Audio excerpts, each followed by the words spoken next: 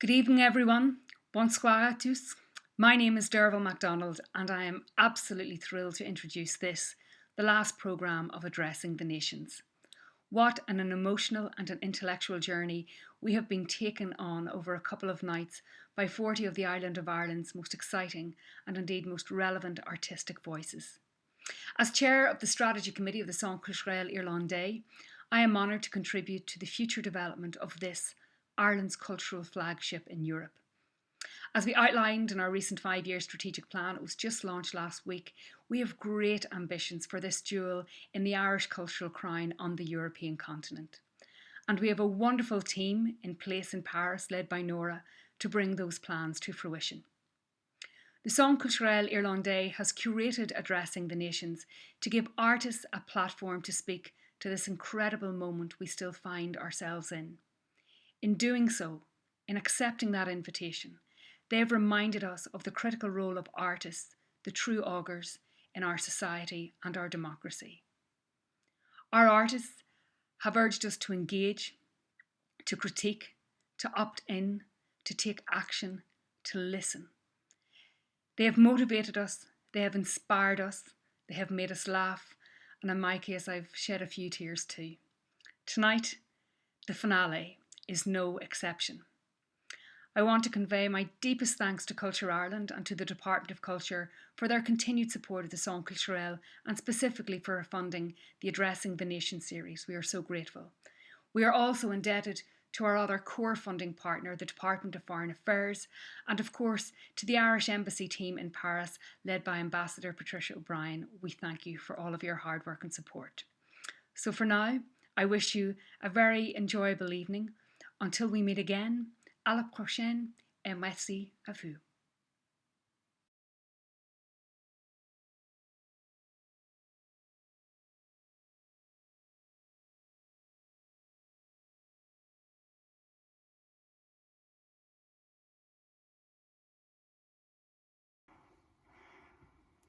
How to sum up 2020? I thought if you had to choose one word, what would that word be? Apocalypse came to mind, but I thought, oh God, no, that's a bit dark. Then I thought another word for apocalypse is revelation. Okay, so keep going. So another word for revelation is discovery. Another word for discovery is encounter. Another word for encounter is meeting, to reunion, get together, shindig, festivities, celebration, happiness. I thought, how did we get from apocalypse to happiness? But maybe that makes sense, because a lot of those words involve people. And I thought that is my revelation for 2020. It's been the people. People have got me through.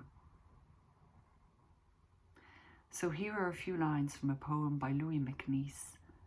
It's called September. It's from his autumn journal. And it was written during his time spent in Munich in the year 1938. September has come and I wake, and I think with joy how, whatever now or in future the system, nothing whatever can take the people away. There will always be people.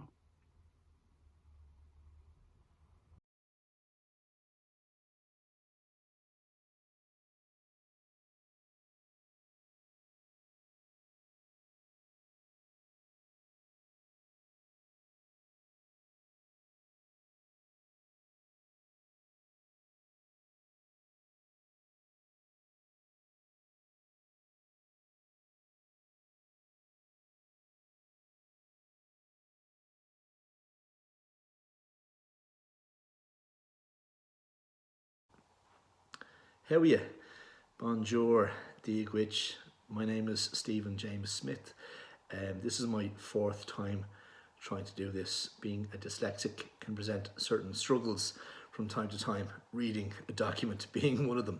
But I'd like to thank Nora and the team at the Centre Culturel Irlandais in Paris for asking me to be part of Addressing the Nations.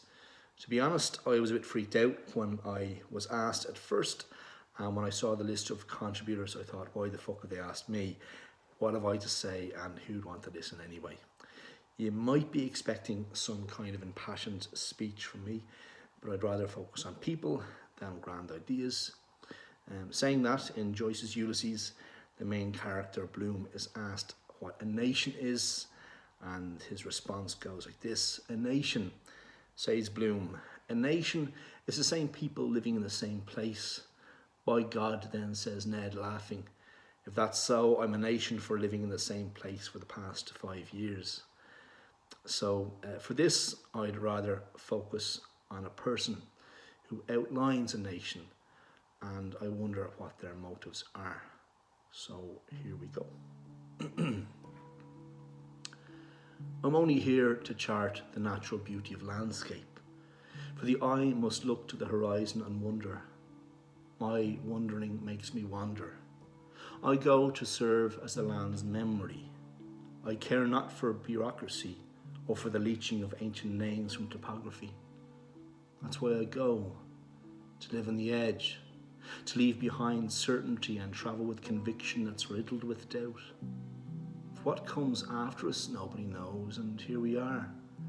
Every discovery we make has existed for millennia, and we're bold enough to stake a claim and raise a flag.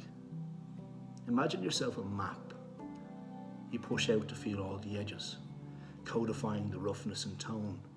Without vocabulary, you echo in caverns and signify the memories of glaciers and valleys. You are a historical document that is imperfect upon completion. Each line in a map is a bloodline, a final frontier that's been endured. You are a body of gold, a spring of water, a meadow of honey that belongs to nobody. I do not make maps for ordnance survey. I do it for the chance to chart nature's art, and I pity the nation who uses the protractor and compass to enact segregation. Each revised line is a battle scar where a cartographer doubts their calling. Change is always coming. There's always new steps on an old road. When will we learn the right side of history is leaning on the edge and not always written by the victor? You ask about nations. They have come and gone. Who do they serve? I prefer to serve the estuaries, the ground truth, the moonbeat of the coastline, the areas soon to be submerged as we reclaim again in vain. What is a nation if not vanity?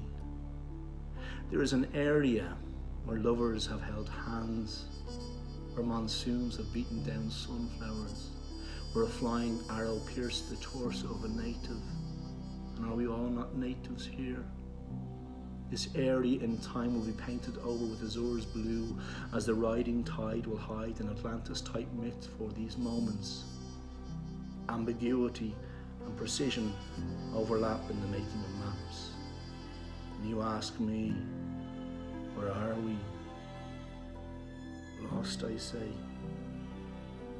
We are lost. So let our bodies dance with the aurora borealis. Then the stars might offer us a way of moving beyond our limited borders. Only then can we put a shape on miracles. Voila, Sinead. That's it. I hope that was all right. Addressing the nations. I don't know, but we need to address our relationship with the land. So anyway, hope you're well. Slán, and thanks again for asking me to be part of this.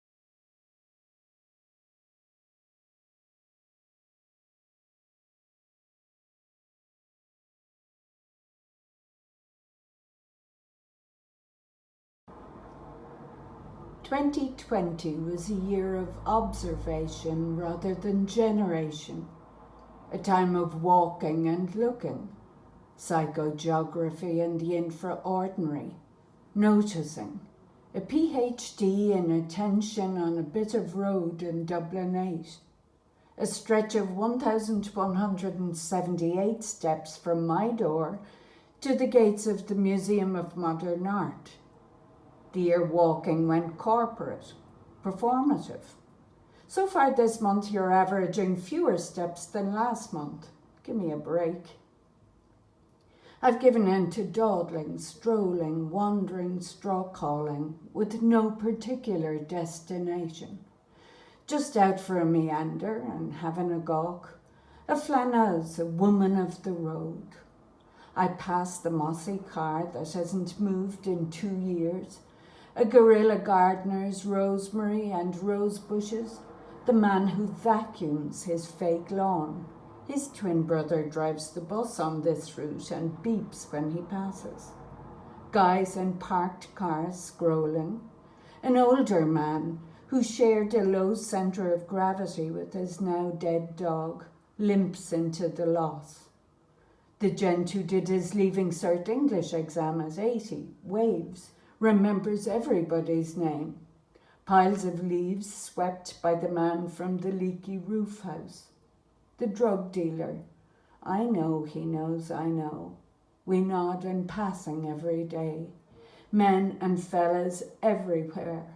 The street their domain. Past the London plane trees cemented into place. The new bike lane. The creep of apartments. The cranes. Blocked drains. Kilmainham jail, way more resonant without bleary tourists and the wear of suitcases. The few women I encounter have either dogs or kids, buggies or scooters, shopping, coffee, bags, all going somewhere. No corner girls, no solo loiterers, none swinging their arms empty of care. And dogs everywhere. These creatures we share this plane with, under calm magnetic conditions, apparently prefer to align themselves on a north-south axis to poo. There, I'll leave that nugget with you, and let's herald a new year of boulevarding and blackguarding for all. Sont pas perdus.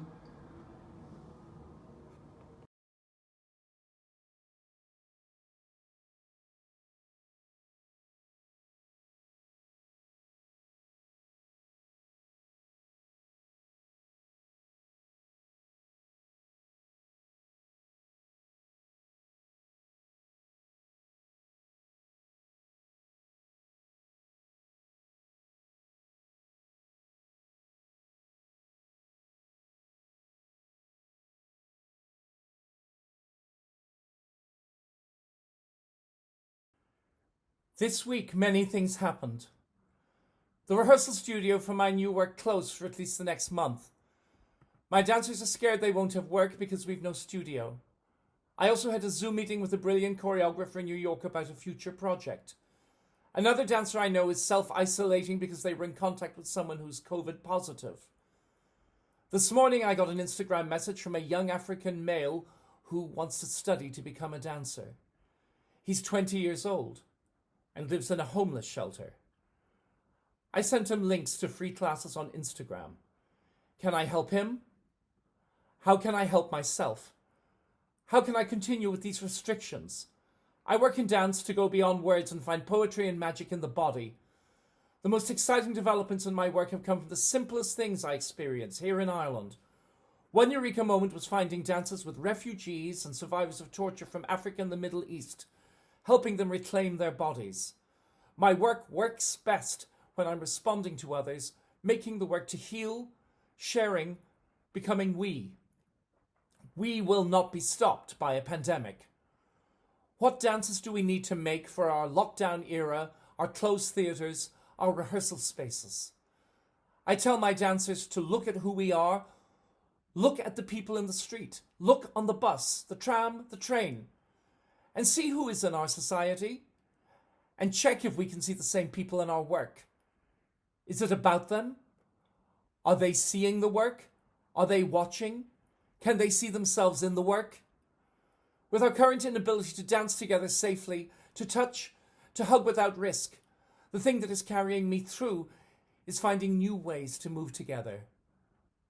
Opening spaces, thinking beyond theatres, making dances for inside and outside, thinking beyond boundaries of ethnicity, of politics, of body type, of generation, of language.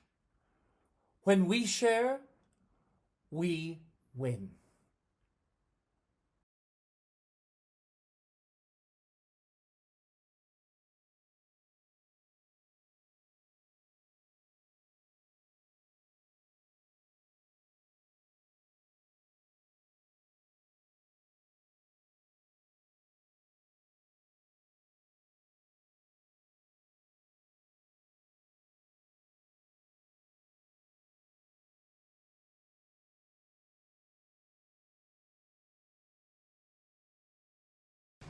Hi, my name is Abigail.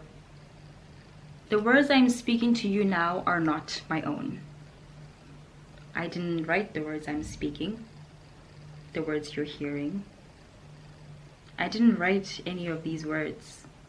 Not this one, or this, or any of these. I must only read the words that have been written.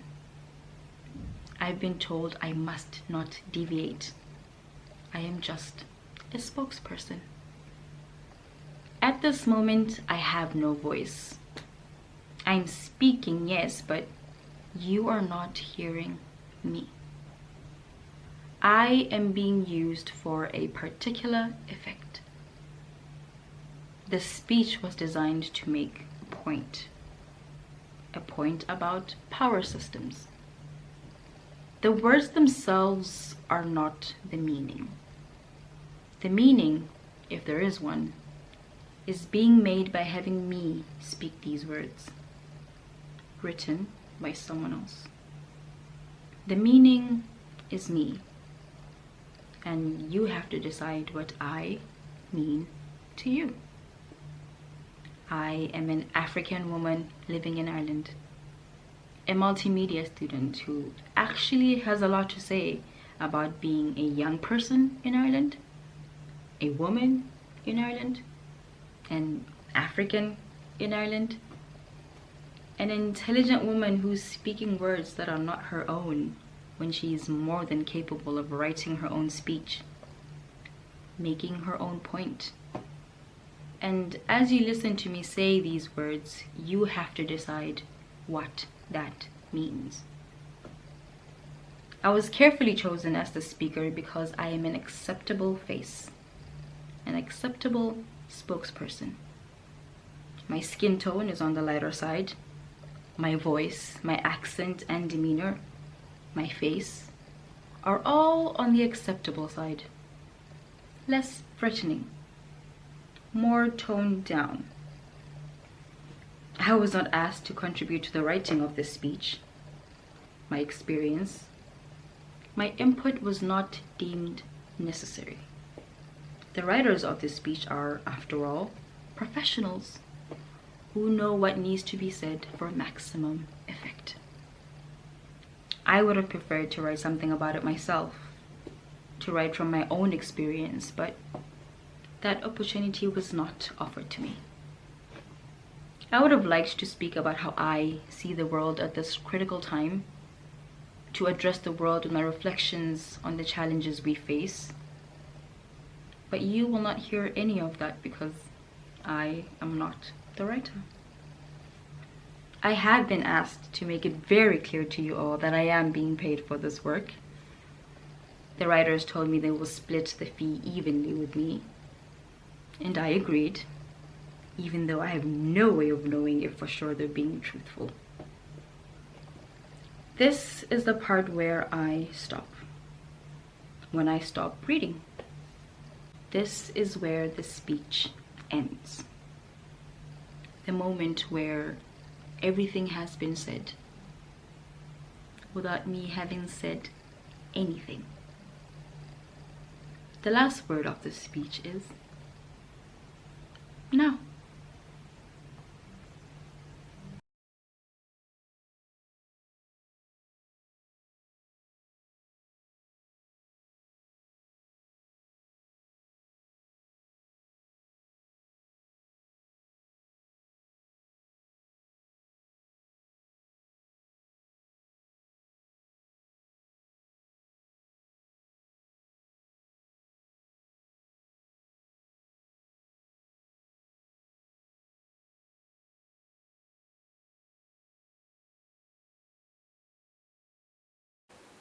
I want to talk about the arts. I want to talk about the arts because last year, like many industries, the walls went on fire and we were unsure if they would survive the flames. I want to talk about the arts because too often they are bypassed, sidestepped, an afterthought, and I want them to take centre stage.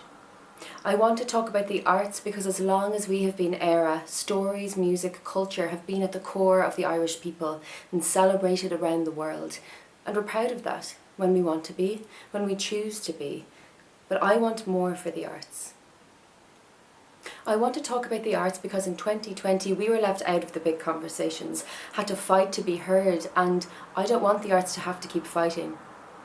When the shutters came down and stages went dark, thousands of artists were forced to sit with themselves and by themselves and question the very purpose of their existence. A year of not knowing when and if we will ever work again, wondering about our role in society, whether we matter or should matter or don't matter at all. But questions are good, and it's important to ask them. I want to talk about the arts because in 2020 the arts took a beating, but despite it all, its pulse kept going. Artists dreamt up new ways of doing what they do. We were resilient, creative, and moulded themselves into the cracks of adversity in order to survive. Because the arts must survive. I want to talk about the arts because as people sat at home in locked houses, forced apart, feeling disconnected, the arts took the hand of thousands and millions, providing films, binge-worthy series, podcasts, online performances, live-stream gigs, and brought us closer together. I want to talk about the arts because we all have stories and we all need stories. To see our stories reflected back at us and in conversation with other people's stories. We need to hear the untold stories, the stories we didn't know existed but will never forget again. I want to talk about the arts because there are thousands of people's stories that are still untold on this island and they need to be heard, and there are audiences waiting to hear them. I want to talk about the arts because I want our theatres to be spoken to like our stadiums, cinemas treated like churches, galleries talked about like pubs, and performers like sports stars. I don't want the arts to just be an afterthought. I want to see the arts in the national news where it can reach the millions and for everyone to feel invited in. In 2021 and beyond, I dream of cultural spaces being open, and more of them than before, and for the invitation to be extended beyond where the invitation has landed in the past. I dream of people from all backgrounds and communities sitting together in darkened rooms, breathing the same air and seeing parts of themselves reflected back in unexpected ways. Utopian spaces where anything can happen, conversations can start, and where we can all feel connected to each other. I want to talk about the arts because I want us to start again. I want to talk about the arts because I believe they are vital and need nurturing. I want to talk about the arts because they allow us to dream and imagine unknown futures. This is my dream.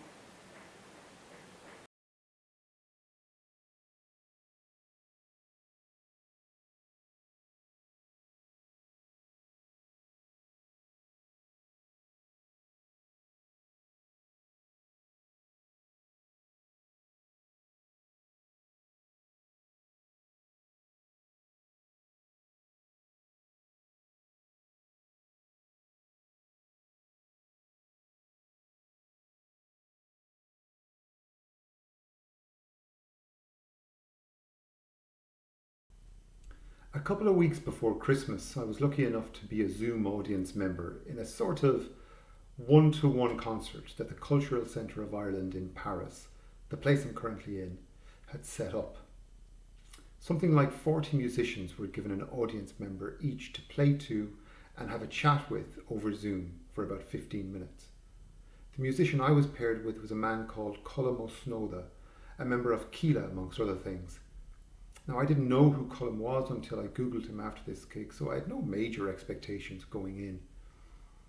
Colm played me a song, the name of which I can't remember, apologies, but it was in Irish and it was incredible. We spoke afterwards and I thanked him for it a lot. I wanted to send him something, like a card or a gift, to properly thank him. I wanted to hug him through the screen. I wanted him to know how much that song had affected me. We agreed to meet for a coffee or a pint next time I'm in Dublin, whenever that might be. If this actually happens, I don't know, but I really, really hope it does. I mention that experience because for the last year, artists and their work in various forms have gotten me through the days and months of 2020. So I'm going to celebrate them by recommending them to you. For example, I'm a very slow and lazy reader at the best of times, but this year, through the encouragement of one particular person, I've read more than I've ever done. I'm still fairly slow, but I'm no longer lazy. Some highlights: Kudos by Rachel Cusk, Hamlet by Maggie O'Farrell, My Brilliant Friend by Elena Ferrante, A Secret History by Donna Tartt, and Exciting Times by Nisha Dolan. I was introduced to the world of RuPaul this year and ended up watching 5 different seasons of Drag Race.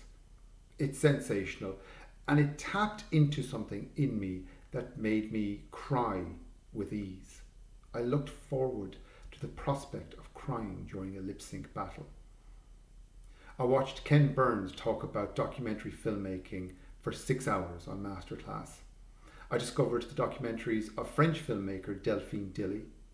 I rewatched Broad City and Lena Dunham's Girls, amongst loads of other telly shows. Myself and my friend are swapping albums on Spotify. This has led me to loads of new music. For example, Dublin band Pillow Queens, Ty Segall, Tyler the Creator, Salt, spelled Sault,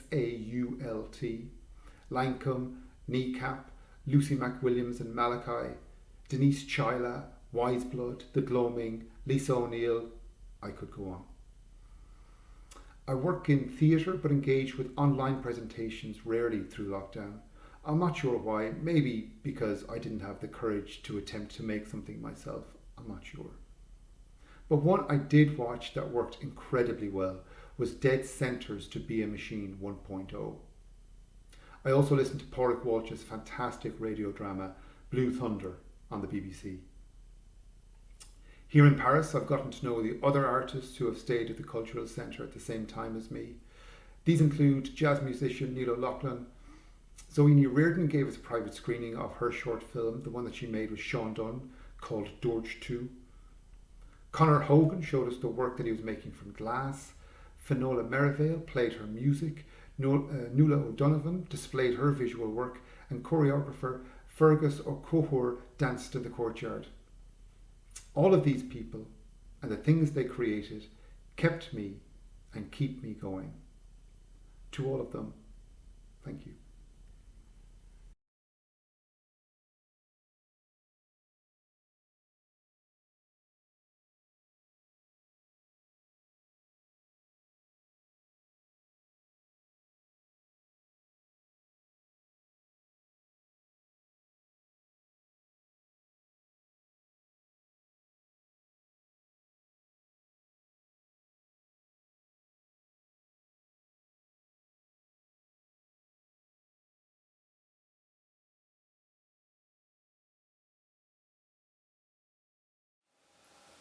The unexpected.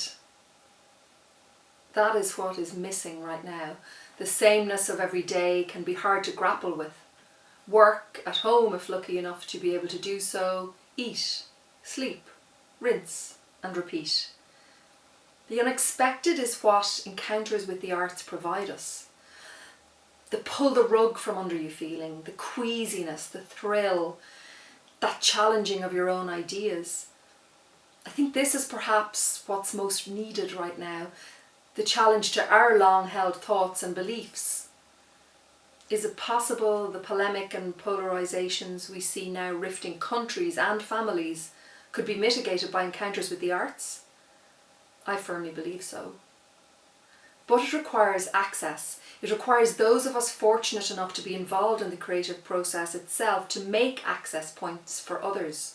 It has to stop feeling other for others. And we can do that in how we speak about it, in how we involve people in it, and in how we make no barriers to engagement for those with disabilities, for those without means, and for all ages. I think we have been missed this past year. I think the lack of live performance, festivals, theatre, gigs has left a gap. I think that is unexpected too, mostly for those of us who work as artists and in the arts. We've often struggled to feel, to believe indeed sometimes that we are relevant and what we do matters. That tide has turned though. I am optimistic that it will not ebb again for quite some time. The arguments I and colleagues in the National Campaign for the Arts made for years seem finally to be bearing fruit. We are relevant. We are needed. We are a vital part of society. Notwithstanding the massive difficulties in the delivery of live arts right now, investment, care, and acknowledgement will ultimately result in the most unexpected artistic experiences flowing from our tiny island for all.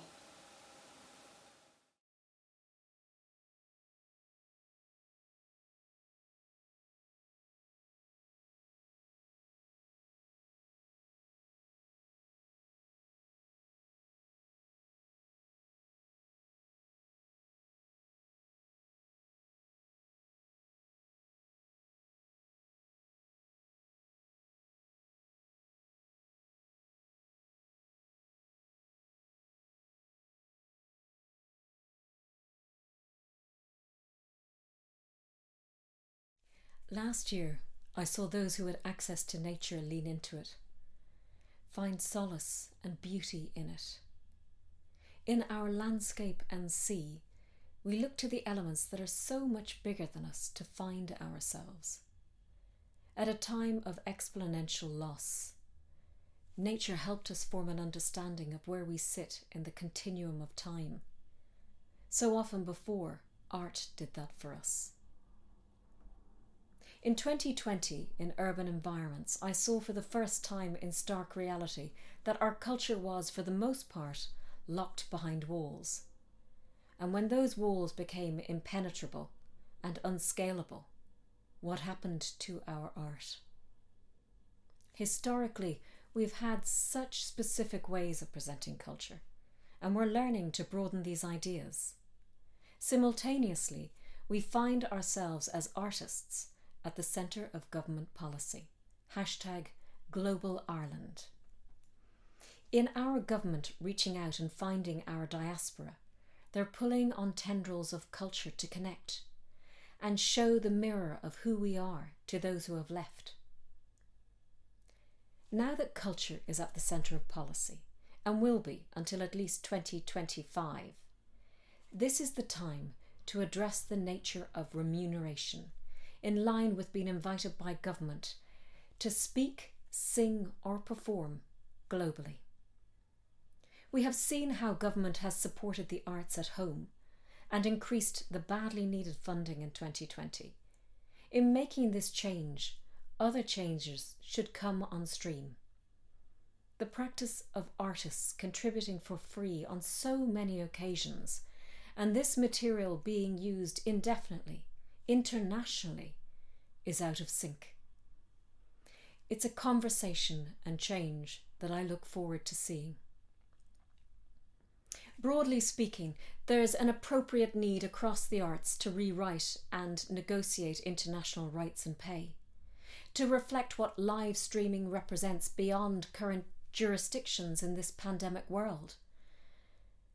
I think we should embrace international access, not to replace our live experiences, our living, enriching experiences. Nothing could or should replace them, but to widen our audiences. In 2020, digital acceleration has highlighted so many possibilities for the arts. This time has altered our perception of barriers attached to location, altered the idea of who belongs and has access to this space. Inclusion was thrown into relief. 2020 produced many imaginal cells, and with this, the tipping point for the transformation of the arts is now with us. It's in our gift to create new mapping. Last year, we learned more about what feeds the centre of us.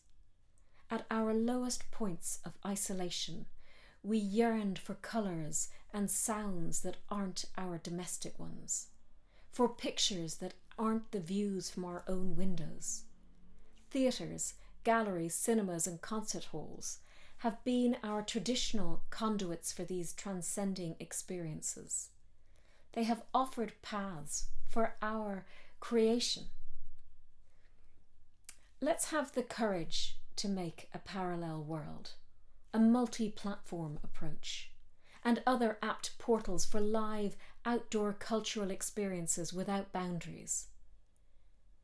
And when we do go home to our buildings, which we will in time, let's keep the doors open.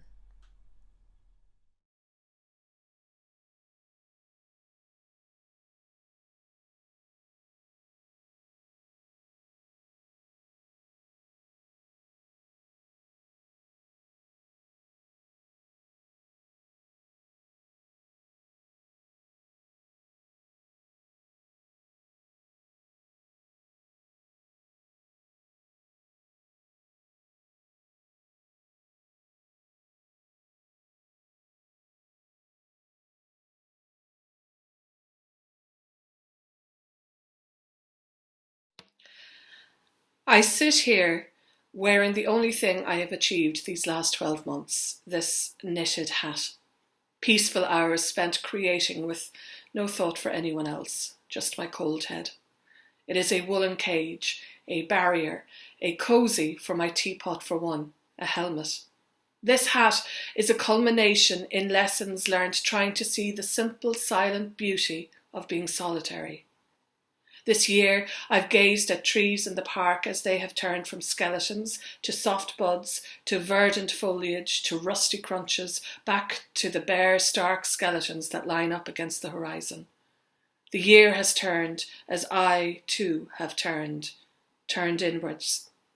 I've drunk too much wine on Zoom, thankful for the wall it created between myself and those I love, for fear they'd see my unwashed pyjamas under my going out top, for fear they'd see my fear.